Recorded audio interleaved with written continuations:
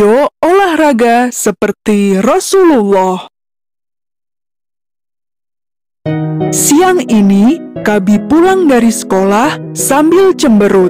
Kakinya sedikit pincang, dan sesekali wajahnya terlihat seperti menahan sakit. Harusnya kan Tony menendang bola, bukannya menendang kakiku. Geluh Kabi.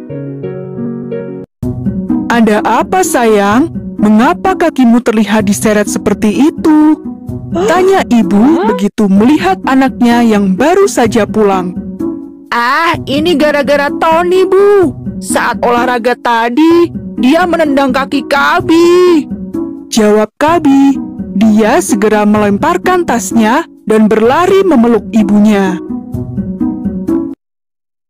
Ibu mengajak Kabi masuk ke rumah dan memeriksa kondisi kakinya. Apakah tadi sudah diobati di sekolah? Tanya ibu. Kabi mengangguk pelan. Sudah, suster mengoleskan salep. Katanya supaya tidak radang. Ibu lega mendengarnya.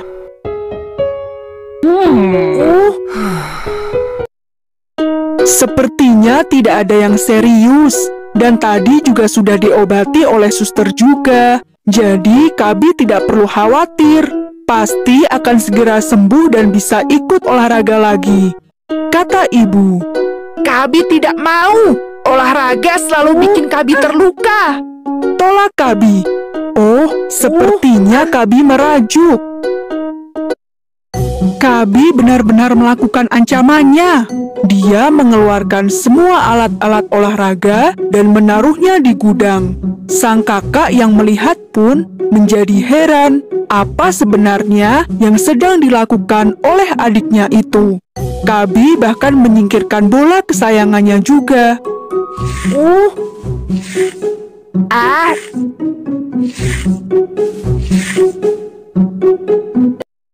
Adik, apa yang sedang kamu lakukan? Tanya kakak. Mau dibawa kemana semua barang-barang itu? Tapi Kabi tidak segera menjawab pertanyaan kakaknya itu. Dia terus saja sibuk dengan apa yang dilakukannya.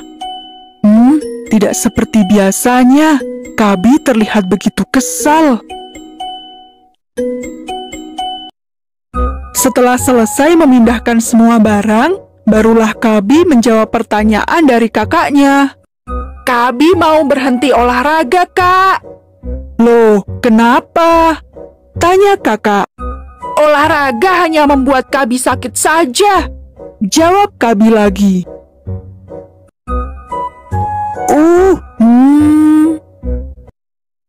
Kemarin, kaki Kabi ditendang saat main bola. Minggu lalu, kepala Kabi kena bola basket.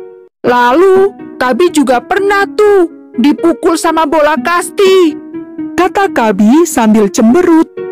Oh lala, Kabi ceritanya lagi ngambek tidak mau olahraga nih. Jika Kabi tidak mau olahraga lagi, gimana nanti kalau Kabi berubah jadi gemuk sekali? Kaki lemas tidak bertenaga, tangan juga lemas tidak bisa menulis, kata kakak. Dia berusaha memberikan contoh-contoh akibat jika orang tidak mau berolahraga. Bisa-bisa nanti Kabi jadi lembek seperti jeli. Tidak mungkin, kakak bohong, sangkal Kabi. Loh, kakak itu tidak bohong. Nih, dengerin kakak ya. Manusia yang memiliki tubuh kuat itu lebih dicintai oleh Allah daripada mereka yang bertubuh lemah. Tidak percaya? Tanya kakak. Kemudian, dia mulai memberikan penjelasan kepada Kabi.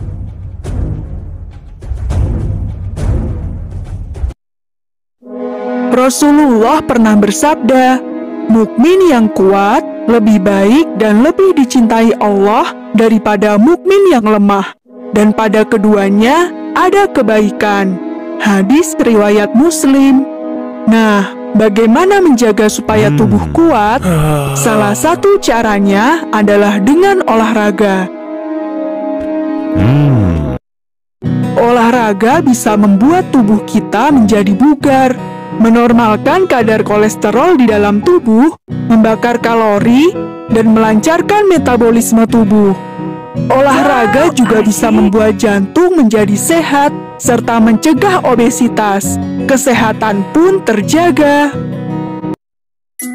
Kabi menganggukkan kepalanya ketika mendengar penjelasan dari kakak. Tapi, dia masih ada pertanyaan. Kalau begitu, apakah Rasulullah juga suka olahraga? Olahraga apa yang disukai Rasulullah, Kak? Kabi mau meniru. Seru Kabi dengan semangat. Oh, pelan-pelan dong. Potong kakak. Olahraga yang biasa dilakukan ataupun yang disarankan oleh Rasulullah adalah jalan cepat, lari, gulat, anggar, berkuda, memanah, dan berenang. Kata kakak, setidaknya itulah yang disebutkan dalam hadis. Nah, dalam sebuah hadis disebutkan Rasulullah bersabda, segala sesuatu yang di dalamnya tidak mengandung zikrullah merupakan perbuatan sia-sia, senda gurau dan permainan, kecuali 4 perkara, yaitu senda gurau suami dengan istri, melatih kuda, berlatih memanah dan berenang. Hadis riwayat An-Nasa'i. Gimana? Kabi masih mau mogok olahraga? Goda kakak, luka kecil itu biasa. Itu tandanya Kabi harus lebih hati-hati. Tapi bukan berarti harus mogok kan? Hehehe, Kabi malu sendiri. Sejak saat itu, dia berjanji untuk rajin berolahraga agar badannya sehat dan lebih disayang oleh Allah. Tidur lebih cepat, bangun lebih awal. Waktu sudah menunjukkan pukul 9 malam. Ibu masih terlihat membaca buku, ayah masih sibuk dengan laptopnya, dan Kabi masih asyik menonton TV. Kabi melirik ke arah ayah dan ibu. Asyik, ibu belum menyuruhku tidur, gumam Kabi. Baru saja Kabi berpikir begitu, ibu terlihat menutup bukunya. Nah, sudah jam 9. Waktunya Kabi untuk tidur ya, kata ibu.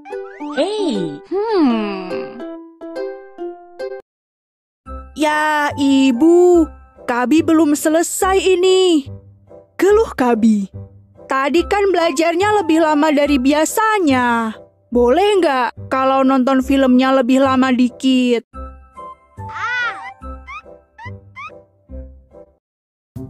Ibu mendekat ke arah Kabi sambil mengambil remote TV.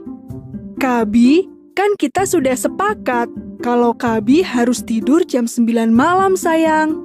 Nonton TV-nya besok lagi ya. Tidur yang cukup itu penting untuk tubuh. Coba dengarkan cerita ibu ini ya. Ibu kemudian menjelaskan kepada Kabi, tidur merupakan waktu yang digunakan tubuh untuk istirahat. Selama kita tidur, tubuh akan melemaskan semua otot, memperbaiki sel, mengembalikan energi, sampai meningkatkan imun tubuh. Bahkan, tidur diatur di dalam Al-Quran loh. Surat An-Naba ayat 9 yang berbunyi, "Dan kami jadikan tidurmu untuk istirahat," kata ibu. Tapi Kabi masih saja merengek. "Sejam lagi saja ibu, atau 30 menit. Ibu menghela nafas panjang. Dia duduk di samping Kabi dan berkata lagi dengan lembut, "Anak-anak harus tidur minimal 8 jam sehari. Tadi siang kan Kabi enggak tidur karena menyiapkan tugas bukan? Jadi malam ini harus tidur lebih cepat." Kabi tertunduk lesu. Sepertinya dia masih enggan untuk mematikan TV. Ibu pun mengeluarkan jurus terakhirnya. Ada satu sunnah Rasulullah tentang tidur, yaitu tidur lebih cepat dan bangun lebih awal.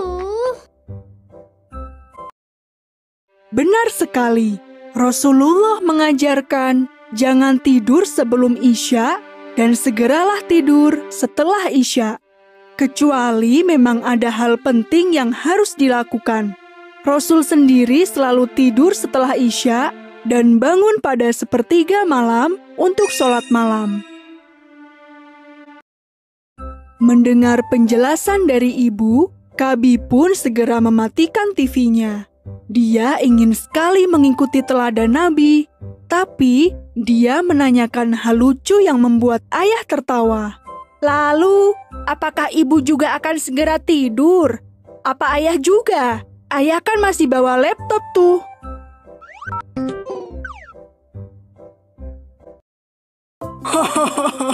Ayah tertawa mendengar pertanyaan anaknya.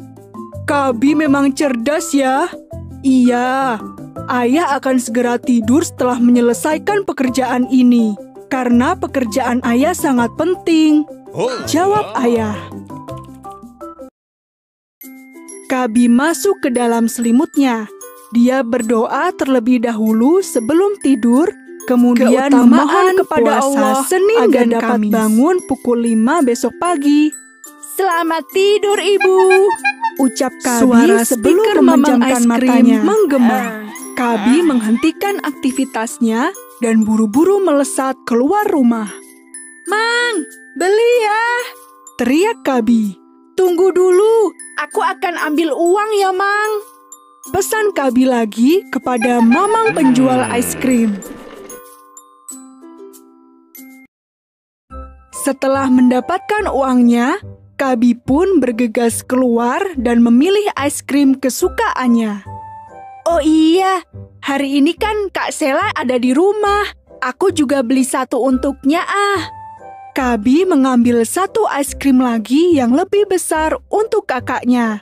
Setelah membayar, Kabi pun masuk kembali ke dalam rumah. Wah! Kabi mengetuk pintu kamar Kak Sheila. Karena tidak ada jawaban, Kabi pun membuka pintu dan mengintip ke dalam. Kak Sheila! Kak! Panggil Kabi. Kak Sheila yang sedang duduk di kursi belajarnya tidak mendengar panggilan adiknya itu. Kakak pasti lagi pakai headset lagi deh. Hayo! Teriak Kabi tepat di samping telinga kakaknya. Aduh, Masya Allah Kabi! Seru Sheila sambil memegang dadanya. Jantung rasanya hampir copot. Habisnya kakak dipanggil tidak menjawab sih, kata Kabi. Kak Sheila tersenyum dan berkata, kakak lagi hafalan. Kamu ada perlu apa mencari kakak? Aduh. Nih buat kakak satu, kata Kabi sambil menyodorkan satu es krimnya. Aku sengaja pilih yang paling besar untuk kakak. Kak Sheila mengangkat tangan dan mengacak-acak rambut adiknya. Duh, bagaimana ini? Kakak lagi puasa. Tapi terima kasih ya, kamu sudah ingat pada kakak. Wow! Kabi tertunduk, kemudian berkata, ya sudah, es krim ini untuk Kabi saja ya. Kakak tersenyum dan mengangguk. Hore! Teriak Kabi kegirangan. Dia segera keluar dari kamar Kak Sheila dan buru-buru memakan kedua es krim tersebut. Beberapa hari kemudian, Kabi menghadiri acara ulang tahun temannya. Dia begitu bahagia karena memperoleh 2 potong kue tart. Dia membawa roti itu dengan hati-hati. Sesampainya di rumah, dia melihat kakaknya yang sedang sibuk menyiram bunga-bunga. Kak Sheila, Kabi punya 2 kue tart, 1 buat kakak. Teriak Kabi. Kak Sheila meletakkan selang air yang dipegangnya, sedikit mengibaskan tangannya yang basah, kemudian menerima kue itu. Terima kasih ya Kabi, tapi bisa bantu kakak untuk taruh kue ini di dalam. Kakak sedang puasa saat ini. Wah. Kabi menggelengkan kepalanya. Dia tidak mengerti apa yang dikatakan kakaknya. Kemarin puasa, sekarang puasa lagi. Tiba-tiba, dia berteriak karena mengingat sesuatu. Mengapa kakak puasa? Apakah ini sudah bulan Ramadan? Teriak Kabi histeris. Dia marah karena tidak diberitahu kalau Ramadan telah datang. Wah. Tidak Kabi, Ramadan belum datang. Kak Sheila cepat-cepat menjawab pertanyaan adiknya itu. Lalu mengapa kakak puasa? Apa jangan-jangan kue ini nggak enak ya? Tanya Kabi lagi. Jangan-jangan waktu itu kakak tidak mau menerima es krim dari Kabi juga karena es krimnya tidak enak. Kakak tertawa geli melihat tingkah adiknya ini. Bukan begitu Kabi, kakak ini sedang puasa Senin dan Kamis. Kabi memandang kakaknya. Tatapan matanya masih terlihat bingung. Kabi kesini deh. Kakak akan jelasin supaya Kabi paham. Kakak lantas mulai bercerita supaya Kabi paham akan konsep berpuasa Senin dan Kamis. Dalam Islam, ada 2 golongan puasa, yaitu puasa wajib dan puasa sunnah. Puasa wajib ini yang dilakukan saat bulan Ramadan, sedangkan puasa sunnah banyak sekali contohnya. Salah satunya adalah puasa pada hari Senin dan Kamis. Dan Rasulullah sangat antusias melaksanakannya. Rasulullah pernah bersabda, "Amal-amal ditampakkan setiap hari Senin dan Kamis. Maka aku suka jika ditampakkan amalku dan aku dalam keadaan berpuasa." Hadis riwayat An-Nasa'i. Selain hadis di atas, ada juga hadis pendukung dari Aisyah radhiyallahu anha. Rasulullah biasa menaruh pilihan berpuasa pada hari Senin dan Kamis. Kak Sheila kemudian bertanya kepada Kabi, "Pasti kamu penasaran kan mengapa harus Senin dan Kamis?" Kabi tersenyum usil mendengar pertanyaan kakaknya itu. Iya, benar Kak. Mengapa harus Senin dan Kamis? Mengapa tidak Sabtu dan Minggu saja yang pas libur? Jadi, Kabi kan tidak tergoda jajan di sekolah, Kak. Oh, siap. Karena menurut hadis riwayat Muslim, hari Senin dan Kamis itu adalah hari di mana pintu-pintu surga dibuka. Oleh karena itu, jika kamu berpuasa di waktu ini, semua dosa akan diampuni, dan doa serta harapanmu akan dikabulkan. Oh, jadi begitu. Kakak puasa Senin dan Kamis mau minta apa sama Allah? Tanya Kabi dengan polosnya. Kakak mau minta otak yang cerdas dan hati yang lapang. Kabi sendiri mau minta apa? Tapi sebelum minta, Kabi harus berpuasa dulu. Jawab Kak Sheila. Kabi hanya tersenyum sambil memakan kue tartnya. Kabi nanti saja, Kak. Seru Kabi sambil masuk ke dalam rumah. Begitulah kawan, jika kamu rajin mengamalkan puasa Senin dan Kamis, insya Allah segala dosa akan dihapuskan, serta semua doamu akan dikabulkan. Karena dari hadis riwayat Ibnu Majah disebutkan, bagi orang yang berpuasa, tatkala berbuka itu benar-benar ada doa yang tidak akan ditolak. Amin.